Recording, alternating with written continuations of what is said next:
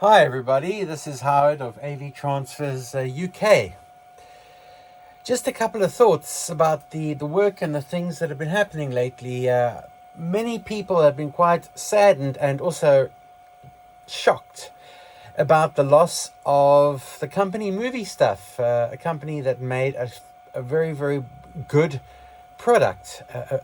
For 20 years, they were making very nice film scanners and of all types. And over the years, their product had become very, very revered, very, very reasonably priced, and had a good following. And in the last couple of months, we heard that the company had gone into liquidation for reasons that are not too clear, especially to people living outside the US, where obviously a lot of the market was for them. And the worst part really is a lot of us are out of pocket. We are out of pocket a fair bit of cash because we had some upgrade kits and things that we were expecting.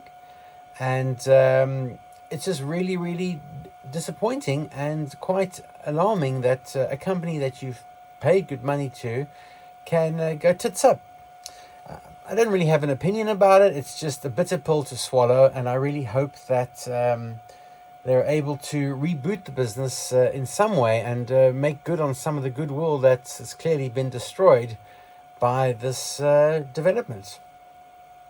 On another note, I'd like to just talk about an increasing problem. We've often spoke about the eventual destruction, self-destruction, if you like, of videotape, and how over the years it perishes, it degrades, it gets moldy, it gets warped, whatever happens to it. The elements take their toll like they take on us, right? I mean, we're kind of like doing the same thing. So yes, I absolutely stress, try and keep your memories alive. Use modern formats to archive these things to, like digital, although who knows what the next wave of this is going to be. Are we at the end of the road for preserving things? Is digital going to be the end of the road? Well, it could be, but my thoughts are actually dialing it back a little bit to the early 2000s, where most of the business we did, and for many companies, was producing DVDs. On file formats were not really favored. TVs were quite clunky. They didn't have the internet connectivity. They didn't have USB plugs and things. And if they did, they were particularly proprietary for that make. Like a Panasonic could play its pictures or its files from a camcorder that was the same make. It was very much a closed shop. But now, obviously, all the latest televisions and technology, and for quite a while now, have been able to play all sorts of things. So we're getting a lot more DVD discs where people say, oh, can you put them as files? Which is fine. We can do that. The real problem is that there are two issues. One is people have recorded these discs and they have not finalized them. So a lot of the discs are not playable in a computer or readable in a computer because the computer can't identify the table of contents because it's particular to that brand of machine. For example, a Sony DVD recorder with an unfinalized disc will not play a Panasonic recording with an unfinalized disc. That is more the rule than the exception. There are the odd overlap, like you might find a Pioneer DVD recorder will play something from a Panasonic, and so on. There are a lot of those as well. Lighton made recorders, JVC made recorders, Samsung made recorders, Panasonic, Sony. They're all kind of like all over the place, and there's no sort of piece of software that exists in my knowledge that can, other than taking a blank bit for bit extraction off the disc, which is still pretty useless, that says, this disc was recorded in a Samsung, here are the files, this is the architecture, etc., etc. And this is becoming an increasing problem, and I've been scratching my head looking online. Sometimes we have pot luck. If I get a disc that's not finalized, I'll stick it in a Sony and the Sony will read it, or I'll stick it in a Panasonic and the Panasonic will read it. It's really hit and miss. If I do find the disc is correct, if it is recorded in a machine of the same make, then I'll finalize it, which then allows me to make it compatible, and then I can extract the files as normal onto MP4 or whatever the client prefers. But adding to that, there's another problem. The discs themselves are in a state of decay, and it varies from slight, to a bad sector or two, to horrendous failures. In particular, dual layer discs, things that you might find were used for things like weddings and important events where there was a high bit rate, are not playable past a certain point. The most recent batch of dual layer discs, we got only about 30 minutes into the file, and then found the drive could just not reclaim any data beyond that. We tried various drives, various pieces of software. We tried hardware options, playing out of a DVD recorder that perhaps would look past some of those errors, trying in duplicators to see if we could do blind copies and then use the blind copy to read from.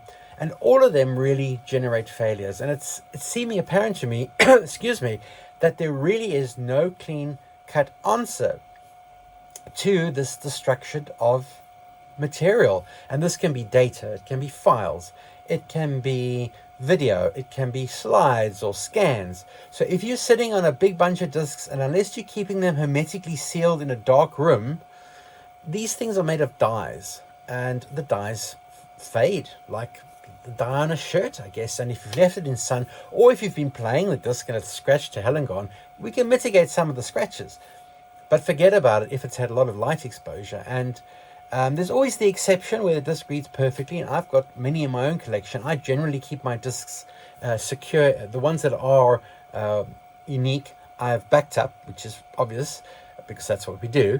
But their discs are actually physically kept in lightproof environment, a dark cupboard. Obviously not something that's going to get moldy or disgusting. But these are things to consider as well. Where am I going with this? Hell, I don't know. What I'm doing is I'm just perhaps doing an overshare and saying to you guys out there, if you've got media sitting on discs that is important, get it out, back it up, stick it in the cloud, copy it onto another disc. There are military spec USB drives, there are military spec disk drives and discs themselves in particular that will give you up to 100 years of shelf life.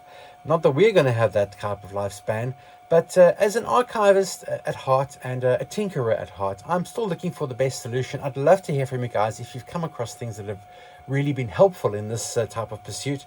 But my impression is that once the dyes go on these discs, that it's the end of those files. Especially like video files that you can't really just take a bit of it. You have to kind of get the whole file to be able to read it. Depending on the format, it's really quite distressing, and it's very sad that because everyone was so keen to jump to digital, I'm getting people who are bringing me VHS now, which is fine, which plays just fine. But someone who did their archiving 10 years later and brings me camcorder DVDs, or DVDs that they recorded in their home recorder from their tapes, and then throughout their tapes, has lost all of these things. So it's just one of those things that happens. But I just wanted to kind of give you the update. Beyond that, AV Transfers is alive and well and kicking, and we're doing lots of exciting projects. A lot of data stuff coming in now. I think we're going to have to up the game in terms of data recovery, because that seems to be where it's going at the moment. We're kind of getting to the end of domestic video in a large sense, and getting more computer-based problems. Obviously, we do have a variety of things, DATs and SCSI devices, which is an early sort of version of USB, if you can imagine, but a bit more proprietary. We've got jazz drives and zip drives and all that kind of thing. I don't get a lot of that, but the disk thing is really becoming an issue. So if you do have stuff like that and you want to archive it, obviously we're happy to help you with that. But just a kind of a heads up from us in the industry, or me, myself, and I. This is Howard from avtransfers.co.uk, your digitization station personation, whatever you want to call it, saying adios and thanks for watching, and lots more exciting stuff coming up on the channel. Bye for now.